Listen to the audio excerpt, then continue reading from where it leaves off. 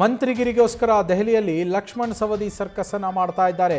ಈಗಷ್ಟೇ ನಾವು ಬೆಳಗಾವಿಯ ಲೆಕ್ಕಾಚಾರದ ಬಗ್ಗೆ ಮಾತನಾಡ್ತಾ ಇದ್ವಿ. ಅಲ್ಲಿ ಪ್ರಬಲ ಆಕಾಂಕ್ಷಿಯಾಗಿದ್ದಾರೆ ಈ ಬಾರಿ ಸಚಿವ ಸ್ಥಾನಕ್ಕೆ ಲಕ್ಷ್ಮಣ್ ಸವದಿ ಅವರು. ಹೀಗಾಗಿ ಮಂತ್ರಿಗಿರಿಗೋಸ್ಕರ ಸದ್ಯ ದೆಹಲಿಯಲ್ಲಿ ಅವರು ಸರ್ಕಸ್ ಅನ್ನು ಮಾಡ್ತಾ ಇರುವಂಥದ್ದು. ಹೈಕಮಾಂಡ್ ನಾಯಕರ ಭೇಟಿಗಾಗಿ ಸವದಿ ಕಸರತ್ತನ್ನು ನಡೆಸ್ತಾ ಇದ್ದಾರೆ. ಹೈಕಮಾಂಡ್ ನಾಯಕರನ್ನ ಭೇಟಿ ಮಾಡಿ ಚರ್ಚೆ ಮಾಡ್ತೇನೆ ಅಂತ ಹೇಳಿ ದೆಹಲಿಯಲ್ಲಿ ಸಿಎಂ ಮತ್ತು ಮಾಜಿ ಸಿಎಂ ಭೇಟಿ ಕೂಡ ಮಾಡ್ತೇನೆ. ನಾನು ಪಕ್ಷ ಸೇರುವಾಗ ನೀಡಿದ ಭರವಸೆಯ ಬಗ್ಗೆ ಚರ್ಚೆ ಮಾಡೋದಿಲ್ಲ. ದೆಹಲಿಯಲ್ಲಿ ಅಥಣಿ ಶಾಸಕ ಲಕ್ಷ್ಮಣ್ ಸವದಿ ಪ್ರತಿಕ್ರಿಯೆಯನ್ನು ಕೂಡ ಕೊಟ್ಟಿದ್ದಾರೆ. ಅವಾಗೇನು ಭರವಸೆಯನ್ನು ನೀಡಿದ್ರು ಅದ್ರ ಬಗ್ಗೆ ನಾನು ಚರ್ಚೆ ಮಾಡಲ್ಲ, ಆದರೆ ನಾನು ಸಚಿವ ಸ್ಥಾನದ ಆಕಾಂಕ್ಷಿ, ಅವ್ರು ಕೊಟ್ಟಿರೋ ಭರವಸೆಯನ್ನಂತರೂ ಈಡೇರಿಸಲೇಬೇಕಲ್ವಾ. ಇದು ಲಕ್ಷ್ಮಣ್ ಸವದಿ ಅವರ ಪ್ರತಿಕ್ರಿಯೆ. ಇನ್ನೂ ಯಾರಿಗೆ ಭೇಟಿ ಆಗಿಲ್ಲ.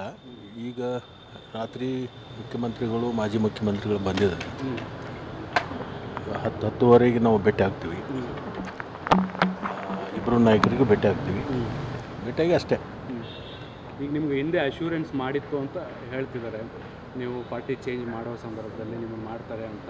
ಲಾಸ್ಟ್ ಟೈಮೇ ಆಗಬೇಕಾಗಿತ್ತು ಅನ್ನೋಂಥದ್ದು ಕೂಡ ಒಂದು ಚರ್ಚೆ ಇತ್ತು, ಆಗಿರಲಿಲ್ಲ. ಈ ಬಾರಿ ನಿರೀಕ್ಷೆ ಜಾಸ್ತಿ ಇದೆ. ಅವೆಲ್ಲ ಗುಟ್ಟಿನ ಕೆಲವೊಂದು ಸಂಗತಿಗಳು ಹೊರಗಡೆ ಹಾಕಿ ಹೇಳೋಕ್ಕಾಗಲ್ಲ. ನೋಡೋಣ.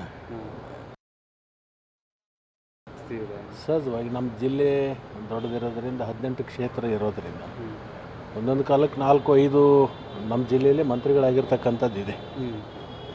ಜನತಾದಳದ ಸಂದರ್ಭದಲ್ಲಿಯೂ ಕೂಡ 4-5 ಸ್ಥಾನಗಳನ್ನು ಸಿಕ್ಕಿರ್ತಕ್ಕಂಥದ್ದು ಇದೆ. ತಪ್ಪೇನಿಲ್ಲ, 3-4 ಜನ ಕೇಳೋದು ತಪ್ಪೇನಿದೆ. ಅಲ್ಲ, ಒಂದೇ ಸಮುದಾಯದಿಂದ ಇಬ್ಬರು ಇದ್ದೀರಿ, ಅದಕ್ಕೆ ಆವಾಗ ಒಂದು ಸಮುದಾಯದವರೇ 4-5 ಜನ ಆಗಿದ್ದಾರೆ. ಕೌಸಲ್ಗಿ ಅವರಾಗಿದ್ದರು, ಲೀಲಾದೇವಿ ಪ್ರಸಾದ್ ಆಗಿದ್ದರು, ಉಮೇಶ್ ಕತ್ತೆ ಆಗಿದ್ದರು, AB ಪಾಟೀಲ್ರಾಗಿದ್ದರು. ಎಷ್ಟು ಜನ ಆಗಿದ್ರು? 4-5 ಜನ ಆಗಿದ್ದಾರಲ್ಲ.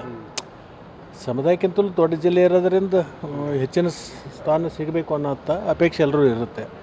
ನೋಡೋಣ ನಾಯಕರು ಏನು ಮಾಡ್ತಾರೆ. ನ್ಯೂಸ್ ಫಸ್ಟ್, ನಿರ್ಭೀತಿಯಿಂದ ನಿಮ್ಮ ಪರವಾಗಿ.